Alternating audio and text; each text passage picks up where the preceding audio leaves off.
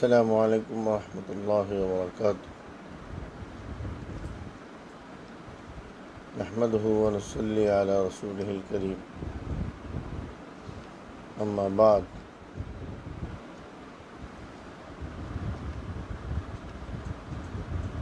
أعوذ بالله من الشيطان الرجيم. بسم الله الرحمن الرحيم. يا أيها النبي جاهد الكفار والمنافقين واغلظ عليهم ومأواهم جهنم وبئس المصير. آمنت بالله صدق الله مولانا العظيم. وقال النبي صلى الله عليه وسلم: الجهاد ماض منذ بعثني الله إلى أن يقاتل آخر هذه الأمة الدجال لا يبطله جور جائر ولا عدل عادل حتى ظهر أمر الله، وفي رواية حتى تقوم الساعة. صدق الله العظيم.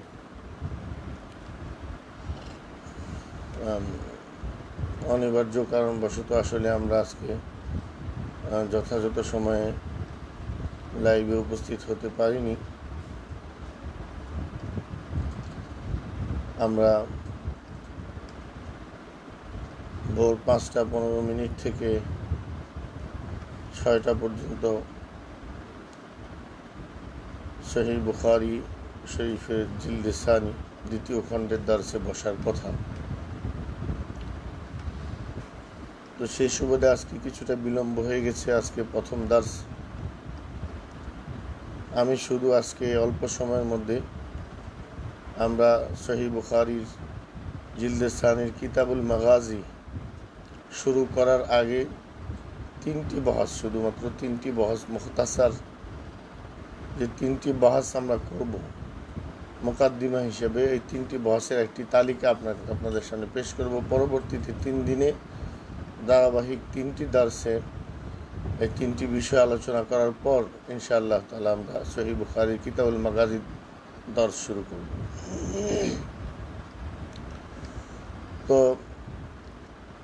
সহিহ বুখারীর কিতাবুল মাগাজি দিয়ে জিলদে সানি শুরু হয়েছে, 15তম পারা। আপনারা তালেব ইলম ভাইরা ওলামা হযরতরা সকলে অবগত আছেন যে সহিহ বুখারী শরীফের কোরআন শরীফের মতো 30টি পারা রয়েছে। তো 15তম পারা থেকেই জিলদে সানি শুরু হয় সহিহ বুখারীর। আর শুরু থেকে কিতাবুল মাগাজি, রাসূল করিম সাল্লাল্লাহু আলাইহি ওয়াসাল্লামের গজওয়াতের আলোচনা, সারায়ার আলোচনা, বুউসের আলোচনা, বহুতই আহাম আলোচনা। সহিহ বুখারী শরীফ অন্যান্য কিতাবের থেকে যে আলাদা শান রাখে, মাবিহিল ইমতিয়াজ, যেগুলোর দ্বারা ইমাম বুখারীর সহিহ বুখারীকে আলাদা মর্যাদা দেওয়া হয় যে সকল বিষয়ের কারণে, তার মধ্যে একটি বিষয় হলো মাগাজি। অতীতের কোনো মুহাদ্দিস তাদের সংকলিত হাদিসের কিতাবে রাসূল করিম সাল্লাল্লাহু আলাইহি ওয়াসাল্লামের সিরাত এবং মাগাজির উপর এমন বিস্তারিত আলোচনা আর কেউই করেননি। এটা ইমাম বুখারী রহমতুল্লাহি আলাইহির আলাদা শান, মা বিহিল ইমতিয়াজ। তো কিতাবুল মাগাজি যেহেতু রাসূল করিম সাল্লাল্লাহু আলাইহি ওয়াসাল্লামের যুদ্ধ সম্বলিত, গজওয়া সম্বলিত, রাসূলের সারিয়া সম্বলিত, রাসূলের বুউস সম্বলিত, এই কারণে স্বাভাবিকভাবেই মাগাজির আগে তালেব ইলমদের সামনে জিহাদের হাকিকতের ব্যাপারে একটা আলোচনা থাকতে হয়। যেহেতু কিতাবুল মাগাজি কতল কিতালের আলোচনা, লড়াই আর যুদ্ধের আলোচনা, তো সেই সুবাদে ইসলামের বিদ্বেষী যারা আছে, ইসলামের দুশমন যারা আছে, তাদের পক্ষ থেকে বিভিন্ন ধরনের সমালোচনা আছে মুসলমানদের উপর। যা আল্লাহ তাআলা কোরআন শরীফে বলেছেন, ফাকতুলুল মুশরিকিনা হাইসু ওয়াজাদতুমুহুম, তোমরা মুশরিকদের যেখানেই পাও তাদেরকে হত্যা করো। কাতিলুল লাযীনা ইয়ালুনাকুম মিনাল কুফফারি ওয়ালিয়াজিদু ফীকুম গিলযা, তোমাদের পার্শ্ববর্তী কুফফারদের সাথে তোমরা লড়াই করো। এই জাতীয় এই সংক্রান্ত আয়াত, প্রায় কেতাল সংক্রান্ত, জিহাদ সংক্রান্ত আয়াত কোরআন শরীফে আছে প্রায় কমপক্ষে 600। তো ইসলামের দুশমনরা আল্লাহর কালাম এবং জিহাদ এই দুইটার উপরেই প্রশ্ন উত্থাপন করে থাকে। তা আমরা ইনশাআল্লাহ তাআলা সর্বপ্রথম বহস করব যে হাকিকাতুল জিহাদ ফিল ইসলাম, যে ইসলামের মধ্যে জিহাদের হাকিকত কি কারণে আল্লাহ রাব্বুল আলামিন জিহাদকে ফরজ করলেন। সাবাবু মাশরুইয়াতিল জিহাদ, সাবাবু মাশরুইয়াতিল জিহাদি ওয়াল কিতালি ফি সাবিলিল্লাহ। আমাদের প্রথম বাহাস যে সাবাবু মাশরুইয়াতিল জিহাদি ওয়াল কিতালি ফি সাবিলিল্লাহ, আল্লাহর রাস্তায় জিহাদ, আল্লাহর রাস্তায় কতল কিতাল লড়াই মশরু করার আল্লাহর পক্ষ থেকে কি কারণ এবং অমা হিকমাতুহা, আর এই মাশরুইয়তের হিকমতটা কি কারণে আল্লাহ তাআলা এই কতল কিতালকে ওয়াজিব করলেন। অথচ আল্লাহ রাব্বুল আলামিন নিজেই নিজের পরিচয় দিয়েছেন, আমি রহমান ওয়ার রহমানুর রহিম। তিনি রহমান, তিনি পরম করুণাময়, তিনি অতিশয় দয়ালু। তো যে রব্বুল আলামিন রউফ, যে রব্বুল আলামিন রহিম, সে রব্বুল আলামিনের পক্ষ থেকে আবার কিতালের নির্দেশ কিভাবে, হত্যার নির্দেশ কিভাবে, এটা কেন করলেন আল্লাহ রব্বুল আলামিন? এটা হলো আমাদের প্রথম বাহাস। আর দ্বিতীয় বাহাস হলো আল এতরাজাত, ওই সকল এতরাজকে, জিকরুল এতরাজাত মিন জানিবিল মুলহিদিন, মুলহিদিন যারা, ইসলাম বিদ্বেষী যারা, এদের পক্ষ থেকে জিহাদ এবং কিতালের উপরে যে সকল এতরাজাত আছে, যে সকল এশকাল আছে, যে সকল প্রশ্ন আছে, এগুলো একটু তাত্ত্বিক জবাব সংক্ষেপে পেশ করা। এটা হলো দ্বিতীয় পয়েন্ট। তো মুকাদ্দিমার মধ্যে আমাদের তৃতীয় আলোচনা থাকবে যে জিহাদ আর কিতালের সাথে সম্পর্কিত একটি বিষয় আছে আপনার গোলামবাদীর মাসালা, আর রিক্কু ফিল ইসলাম, অর্থাৎ ইসলামের মধ্যে যে গোলামবাদীর প্রচলন আছে। ইসলামের দুশমনদের পক্ষ থেকে এই বিষয়ে বড় ধরনের এশকালাত করা হয়, এতরাজাত করা হয় যে ইসলাম মানবতা বহির্ভূত একটা ধর্ম, ভিন্ন মানুষদেরকে ধরে গোলামবাদী বানিয়ে তাদেরকে ব্যবহার করা, তাদেরকে বিক্রি করা, এর অনুমোদন ইসলাম দিয়ে থাকে। তো আর রিক্কু ফিল ইসলামের উপরে বাহাস। তাহলে তৃতীয় বাহাস হলো মাবাহাসুর রিক্কি ফিল ইসলাম ও হাকিকতুহু ও তারিখুহু। ইসলামের মধ্যে যে রিক আছে, গোলামবাদীর প্রচলন আছে, এটার হাকিকত এবং এটার তারিখ, যে আসলে গোলামবাদীর প্রচলনটা কি ইসলাম শুরু করেছে না এটা একদম পূর্ববর্তী জমানা থেকেই চলে এসেছে, এর হাকিকত কি, ইসলামের বিষয় কি বলে, আর তাদের এতরাজাতগুলোর জবাব। এটা হলো 3 নাম্বার পয়েন্ট। আর 4 নাম্বার পয়েন্ট হলো যে রাসূল করিম সাল্লাল্লাহু আলাইহি সাল্লামের গজওয়াত এবং সারায়ার আদদ নিয়ে বহস।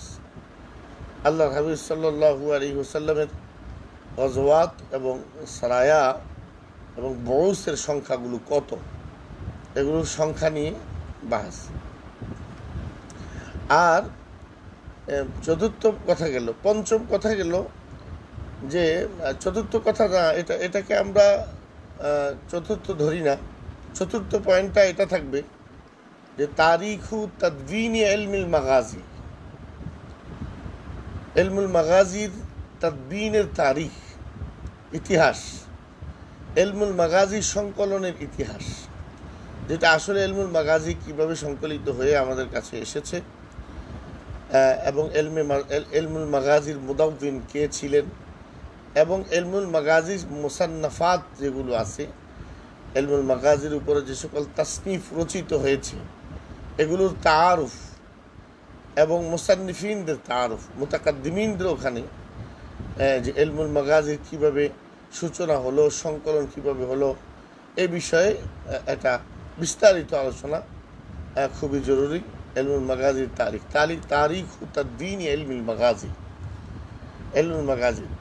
তারপর আহাম্মিয়াতু ইলমিল মাগাজি, ষষ্ঠ নম্বর কথা থাকবে আহাম্মিয়াতুল ইলমিল মাগাজি ফি শরিয়তিল ইসলামিয়া বা ফি সিরাতিন নববিয়া, রাসূলের সিরাতের মধ্যে অথবা শরীয়ত ইসলামিয়ার মধ্যে ইলমুল মাগাজির আহাম্মিয়ত কতটুকু, এর গুরুত্ব কতটুকু, এর শান কতটুকু ইলমুল মাগাজির। তারপরে পয়েন্ট থাকবে মাবাহাসু আদাদি গজওয়াতির রাসূল সাল্লাল্লাহু আলাইহি ওয়াসাল্লাম সারায়াহু, রাসূল করিম সাল্লাল্লাহু আলাইহি ওয়াসাল্লামের গজওয়াত এবং সারায়ার সংখ্যা কত ছিল। তারপর একটা আলোচনা থাকবে যে সিলসিলাতুল গজওয়াত, যে গজওয়াত যেগুলো আছে, রাসূলের যুদ্ধ যেগুলো আছে, যুদ্ধ বিগ্রহ যেগুলো আছে, গজওয়াত যেগুলো আছে, এগুলোর সিলসিলা কি গজওয়াতের দ্বারাই শুরু হয়েছে না সারায়ার দ্বারা শুরু হয়েছে। আর এখানে প্রসঙ্গক্রমে আরও একটি গুরুত্বপূর্ণ কথাও আমাদের কিতাব শুরু করার আগে আলোচনায় থাকবে যে মাগাজির ভিতরে রাসূল করিম সাল্লাল্লাহু আলাইহি ওয়াসাল্লামের গজওয়ার আলোচনা যেমন আছে, সাথে সারিয়ার আলোচনাও আছে। তো রাসূল করিম সাল্লাল্লাহু আলাইহি ওয়াসাল্লামের গজওয়ার আলোচনা করতে গিয়ে ইমাম বুখারী রাহমাতুল্লাহ আলাইহি শুধু মাগাজি কেন বললেন? কিতাবুল মাগাজি ওয়াস সারায়া ওয়াল বুউস এভাবেও তো ইমাম বুখারী রাহমাতুল্লাহ আলাইহি বলতে পারতেন, কিন্তু ইমাম বুখারী শুধু কিতাবুল মাগাজি শব্দটাই বলেছেন। এর কারণটা কি ইনশাআল্লাহ তাআলা। আর গজওয়া শব্দটার লুগাবি মানা, ইসতিলাহি মানা, সারিয়ার লুগাবি মানা, ইসতিলাহি মানা, বুউসের লুগাবি মানা, ইসতিলাহি মানা, এগুলোর মধ্যে পরস্পর পার্থক্য কি, এগুলো নিয়ে ইনশাআল্লাহ তাআলা আমরা আলোচনা করব। আর সাথে আরও একটি কথা আলোচনায় থাকবে যে মাতা শুরিয়াল জিহাদ, ইসলামের জিহাদকে মশরু করা হয়েছে কখন থেকে, এবং আউয়ালু খিতাল, কখন প্রথম কেতাল, প্রথম লড়াই সংগঠিত হয়েছে মুসলমান এবং কুফফারদের মধ্যে। এই বিষয়গুলো ইনশাআল্লাহ আমরা দুই তিনটি ক্লাসেই, তিনটি দর্সেই আগামীকাল, পরশু এবং এর পর দিন আল্লাহ তাআলা যদি আমাদেরকে বাঁচিয়ে রাখেন, আদ-দারসুল আউয়াল, আদ-দারসুস সানি, আদ-দারসুস সালিস, এই তিনটি দর্সে আমরা মুখতাসার করে এই মুকাদ্দিমাতগুলো আলোচনা করে ইনশাআল্লাহ তাআলা আমরা মাগাজিতে চলে যাব, আল্লাহ যদি আমাদেরকে তৌফিক নসিব করেন। কারণ আমাদের সহিহ বুখারীর জিলদ আউয়ালের দর্স চলতেছে, আপনারা জানেন যে প্রথম খণ্ডের দর্স চলতেছে প্রত্যেক দিন বাদ মাগরিব। ওখানে তো মুকাদ্দিমাত একটু দীর্ঘ, যেহেতু সহিহ বুখারী আসাহুল কুতুবি বাদা কিতাবিল্লাহ, এখানে ভূমিকা মধ্যে উলুমে হাদিসের সাথে মুতাআল্লিকাত জরুরি মাবাহিসগুলো করা খুবই জরুরি, এজন্য সেখানে একটু দীর্ঘ আলোচনা। আর বুখারী সাহিত্যে শুধু মাগাজির সাথে মুতাআল্লিক যে সকল বিষয়গুলো আছে এগুলোকে আমরা আলোচনা করব, আর অন্যান্য বিষয়ে এখানে আমরা অবতারণা করব না। তো আজকে আমরা যেহেতু আজকে লাইভে বসার কথা ছিল 5:15 থেকে প্রায় 6টার কাছাকাছি আমরা বসেছি, সময় একদম পুরোপুরি পার করে, আসলে অনিবার্য কারণবশত ঘটনা হয়ে গেছে। আল্লাহ তাআলার কাছে দোয়া করে নিই সামনে যাতে আমরা আমাদের ওয়াদা মতো যথাযথ সময়ে আপনাদের খেদমতে বসতে পারি। এখন যে বিষয়টা আজকে আমরা সংক্ষেপে আলোচনা করি, এখানে আপনার আজকের বিষয়, আজকে আপাতত প্রথম দিনের জন্য ইন্ট্রোডিউসিং ক্লাস আজকে আমরা শেষ করব ইনশাআল্লাহ, যে সেটা হলো আল্লাহ রাব্বুল আলামিন জিহাদের বিধান, খেতালের বিধান কিন্তু ইসলামের ইফতেদাতে নাজিল করেননি। আল্লাহ রাব্বুল আলামিন মক্কার জিন্দেগিতে সাহাবায়ে কেরামদেরকে অবর্ণনীয় নির্যাতন সহ্য করার পরেও, রাসূল করিম সাল্লাল্লাহু আলাইহি ওয়াসাল্লাম নিজে অবর্ণনীয় নির্যাতন সহ্য করার পরেও লাকাদ উযীতু ফি সাবিলিল্লাহি মা লাম ইউযা আহাদুন ক্বাবলি, আল্লাহর হাবিব সাল্লাল্লাহু আলাইহি ওয়াসাল্লাম বলেন, আমি আল্লাহর রাস্তায় এত পরিমাণ কষ্ট পেয়েছি, কষ্ট আমাকে দেয়া হয়েছে যে পূর্ববর্তী কাউকে এত কষ্ট দেওয়া হয়নি।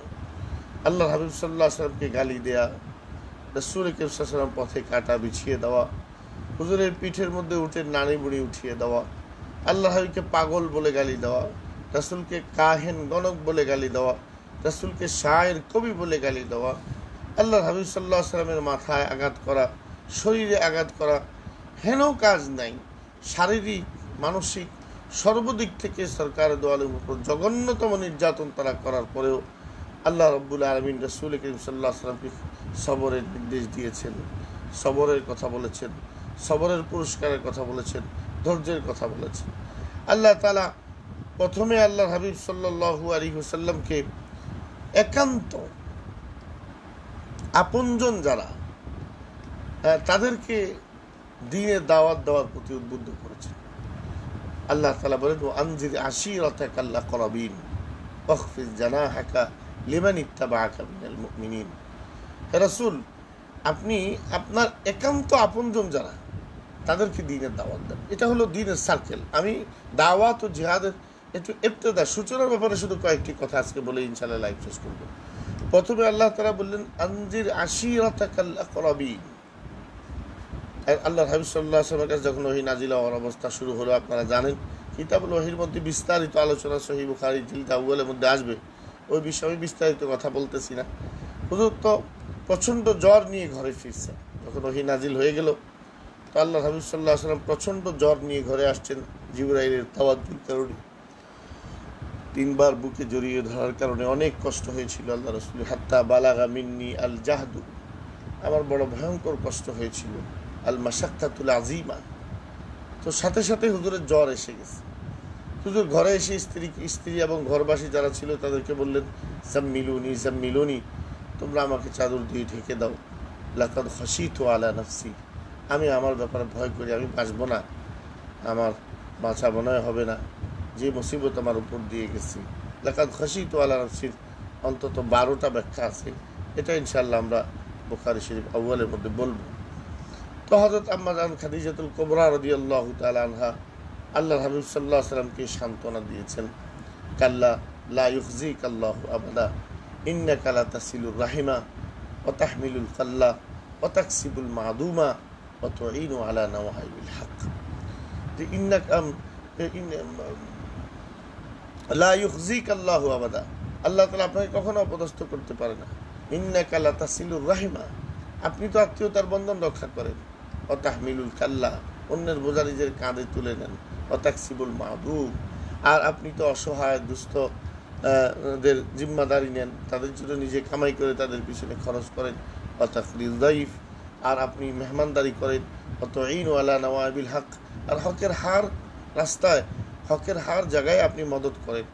তো এমন লোককে আল্লাহ তাআলা অপদস্থ করতে পারে না। তো মুহাদ্দিসিন কিরাম অনেক কথা বলেছেন। খাদিজাতুল কুবরা রাদিয়াল্লাহু তাআলা আনহা পূর্ববর্তী আসমানি কিতাবের এলেম রাখতেন, উনি তাওরাত জানতেন। এজন্য সেখানেও উনি পড়েছেন যে এই জাতীয় সিফতগুলো যাদের কাছে থাকে, এই বৈশিষ্ট্যগুলো আল্লাহ তাদেরকে অপদস্থ করতে পারে না। তো এই অবস্থার ভেতরে সূরা মুজাম্মিল মুদ্দাসসিরের মাসলা এসে গেল। আল্লাহ তাআলা বললেন, ইয়া আইয়ুহাল মুদ্দাসসির কুম ফাআনজির ওয়া রাব্বাকা ফাকাব্বির ওয়া সিয়াবাকা ফাতাহহির ওয়ার রুজজা ফাহজুর ওয়া লা তামনুন তাস্তাকসির ওয়া লিরাব্বিকা ফাসবির। তো কোনো মুহাদ্দিসিন কিরাম বলেছেন ফাতরাতে ওহীর পরে এগুলো নাজিল হয়েছে, আর কেউ কোনো মুহাদ্দিসিন কিরাম বলেছেন যে ইবতিদার সময় ইকরার পরে এগুলো নাজিল হয়েছে। যাই হোক, আল্লাহ তাআলা বললেন, হে আমার রাসূল, আপনি শুয়ে থাকার জন্য দুনিয়াতে আদিষ্ট হননি, আপনি উঠুন, আপনার রবের বরত্ব বর্ণনা করুন, তাবলীগ করুন, দ্বীনের দাওয়াত দেন। তো স্বাভাবিকভাবে আল্লাহর হাবিব সাল্লাল্লাহু আলাইহি ওয়াসাল্লাম জানতে চেয়েছেন, আল্লাহ কাকে দাওয়াত দিব? আল্লাহ বললেন, আনজির আশীরাতাকাল আকরাবিন, আপনার একদম আপনজন যারা, আহলে বাইত যারা, ঘরবাসী যারা, তাদেরকে দাওয়াত দেন। তো রাসূল কারীম সাল্লাল্লাহু আলাইহি ওয়াসাল্লাম দীর্ঘদিন পর্যন্ত এভাবে ঘরের ভিতরে লুকিয়ে দাওয়াত দিয়েছেন। এরপর আল্লাহ রাব্বুল আলামিন দ্বিতীয় নির্দেশ রাসূলের উপর জারি করলেন, ফাসদা বিমা তুমার ওয়া আরিদ আনিল মুশরিকিন।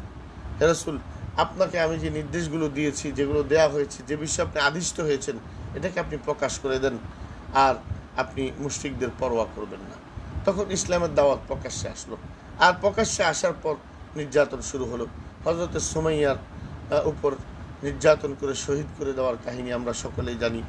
আম্মার ইবনে ইয়াসির, হযরত আম্মার রাব্বা ইয়াসিরের উপর নির্যাতনের কিচ্ছা আমরা জানি। হযরত আম্মারের উপর নির্যাতনের কিচ্ছা আমরা জানি। একদিন তো সরকার দো আলম জনাব মুহাম্মদুর রাসূলুল্লাহ সাল্লাল্লাহু আলাইহি ওয়াসাল্লাম রাস্তায় চলতেছিলেন, আর উত্তপ্ত মরুভূমির মধ্যে সুমাইয়া, আম্মার আর হযরতে ইয়াসির তাদেরকে উত্তপ্ত বালিকার মধ্যে শোয়ায় রেখে বুকে পাথর চাপা দিয়ে যখন তারা কষ্ট দিচ্ছিল, তো আল্লাহ হাবিব সাল্লাল্লাহু আলাইহি ওয়াসাল্লাম রাস্তা দিয়ে যাচ্ছিলেন, আর তারা ফেলফেল করে সরকার দো আলমের দিকে তাকিয়ে আছে। আল্লাহ হাবিব সাল্লাল্লাহু আলাইহি ওয়াসাল্লামের কিছুই তো করার ছিল না, হুজুর তো জয়ীফ, তখন দুর্বল, আল্লাহর পক্ষ থেকে কোনো নির্দেশ নাই।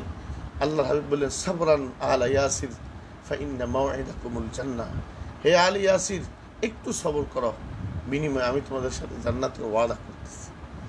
তো এইভাবে নির্যাতন হলো। হযরত বেলালের উপরে উমাইয়ার অবর্ণনীয় নির্যাতন, পিঠের সমস্ত চামড়া খুলে ফেলেছে, পিঠের চর্বিগুলো সব জমিনে খসে খসে পড়েছে। হযরত বেলালকে শেষ পর্যন্ত সিদ্দিক আকবর উমাইয়া থেকে খরিদ করে আজাদ করেছেন। এরকম নির্যাতনের হাজারো কাহিনী তারিখের কিতাবগুলোর মধ্যে রয়েছে। কিন্তু আল্লাহ তাআলা বললেন ফাসবির সাবরান জামিলা, হে রাসূল আপনি উত্তম ধৈর্য ধারণ করেন। ফাসবির আমা সাবরুকা ইল্লা বিল্লাহ, আপনি সবর করেন, আপনার সবর তো শুধুমাত্র আল্লাহর জন্য। ইন্নামা ইউয়াফাস সাবিরুনা আজরাহুম বিগাইরি হিসাব, যে যারা এই ক্ষেত্রে ধৈর্য ধারণ করতেছে, আল্লাহর জন্য কষ্ট স্বীকার করতেছে, আল্লাহ তাআলা বলেন তো তাদের জন্য বিগাইরি হিসাব যা যা আছে, ফাফু ওয়াসফাহু, মাফ করে দাও। হ্যাঁ হে রাসূল আপনি মাফ করে দেন, তাদের সাথে ভালো আচরণ করেন। এটা দাওয়াতের মারহালা চলতেছে মক্কি জিন্দিগির মধ্যে। এই 13 বছরের জিন্দিগির ভিতরে দাওয়াতের মারহালা চলেছে। তো এই সময়গুলোতে আল্লাহ তাআলা কেতালের কোনো ধরনের কোনো আয়াত নাজিল করেননি, আল্লাহ তাআলা যুদ্ধের কোনো আয়াত আল্লাহ তাআলা নাজিল করেননি। তারপরে রাসূল করিম সাল্লাল্লাহু আলাইহি সাল্লামের হিজরতের মাসলা আসলো। সরকার দো আলম হিজরত করে মক্কা মুকাররমা থেকে মদিনা মুনাওয়ারায় চলে গেলেন, আমরা সকলে জানি। মদিনা মুনাওয়ারায় যাওয়ার পর থেকেই মূলত আল্লাহ তাআলার পক্ষ থেকে জিহাদ ফি সাবিলিল্লাহ আর কেতালের কথা এসেছে। দেখেন এর আগে হিজরত করে মুসলমানরা আবিসিনিয়ায় চলে গেছে, হাবশা হিজরত করেছে 2 বার মুসলমানরা রাসূল করিম সাল্লাল্লাহু আলাইহি সাল্লামের নির্দেশে, কিন্তু তারপরেও মক্কার মুশরিকদের সাথে মোকাবেলায় অবতীর্ণ হননি। কিন্তু মদিনার জিন্দিগিতে আসার পর আল্লাহ রাব্বুল আলামিনের পক্ষ থেকে সিলসিলা শুরু হয়ে গেছে জিহাদ ফি সাবিলিল্লাহ, কিতাল ফি সাবিলিল্লাহ। এবার জবাব দাও, এবার তোমাদের জুলুমের বদলা নাও। উযিনা লিল্লাযীনা ইউকাতালুনা বিআন্নাহুম যুলিমু ওয়া ইন্নাল্লাহা আলা নাসরিহিম লাকাদির, আল্লাহ তাআলা আয়াত নাজিল করে দিলেন। তো ইনশাআল্লাহ তাআলা আজকে এমনিতেই আপনাদের সময় আমি নিয়েছি। আমরা বসার কথা ছিল লাইভে সেই সকাল থেকে 5:15 থেকে, কিন্তু অনিবার্য কারণে আজকে যথাসময়ে বসতে পারিনি।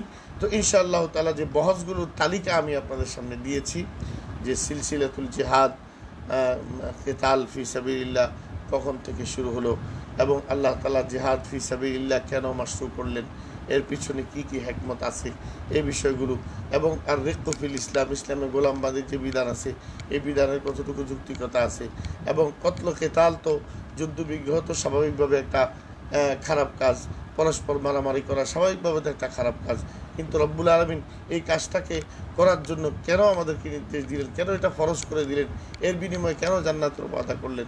ইসলামের দুশমনরা মুসলমানদেরকে হিংস্র জাতি মনে করে, মুসলমানদেরকে সহিংস জাতি বলে অপপ্রচার চালায়, মুসলমানদেরকে যুদ্ধবাজ বলে অপপ্রচার চালায়। এই সকল বিষয়ে আমরা ইনশাআল্লাহ বিস্তারিত আলোচনা করব। তারিখ ও ইলমুল মাগাজি ও তাদবিনিহি, ইলমুল মাগাজির সূচনা কখন থেকে, তাদবিন কখন থেকে, কীভাবে সূচনা হলো, কীভাবে আমাদের কাছে আসলো, এই বিষয়ে আশহারুল মুসান্নাফাত, গুরুত্বপূর্ণ কী কী কিতাবাদি আছে ইলমুল মাগাজির ব্যাপারে, এই বিষয়ে ইনশাআল্লাহ তাআলা আমাদের আলোচনা থাকবে। হুজুরের মাগাজির পরিমাণ কত ছিল এবং সারায়ার পরিমাণ কত ছিল, এবং আল্লাহ হাবিব সাল্লাল্লাহু আলাইহি ওয়াসাল্লামের সিলসিলাতুল গাজওয়াত কি সারায়ার মাধ্যমে শুরু হয়েছে না গাজওয়ার মাধ্যমে শুরু হয়েছে, এসব বিষয়ে ইনশাআল্লাহ আমরা ধারাবাহিকভাবে আলোচনা করে তারপর অল্প সময় তিনটা দর্স এই মুকাদ্দিমার উপরে হবে। ৪র্থ দিন থেকে ইনশাআল্লাহ সরাসরি আমরা কিতাবুল মাগাজির দর্স শুরু করব। আল্লাহ তাআলা আমাদের সকলকে তৌফিক নসিব করেন যারা আমার সাথে সম্পৃক্ত ছিলেন। আর বিশেষ করে আগামীকাল থেকে ইনশাআল্লাহ বাকায়দা 5:15 থেকে, সকাল ভোর 5:15 থেকে 6টা পর্যন্ত এই 45 মিনিট ইনশাআল্লাহ আমাদের দর্সে মাগাজি হবে, বুখারী শরীফ বিল লিসানিদ দর্স হবে। আপনাদের কাছে আহ্বান থাকবে ইনশাআল্লাহ আমরা একটু সময়কে কাজে লাগাবো, অংশগ্রহণ করব। আল্লাহ তাআলা আমাদের সকলকে তৌফিক দেন। সুবহানাকাল্লাহুম্মা ওয়া বিহামদিক, আশহাদু আল্লা ইলাহা ইল্লা আনতা, আস্তাগফিরুকা ওয়া আতুবু ইলাইক।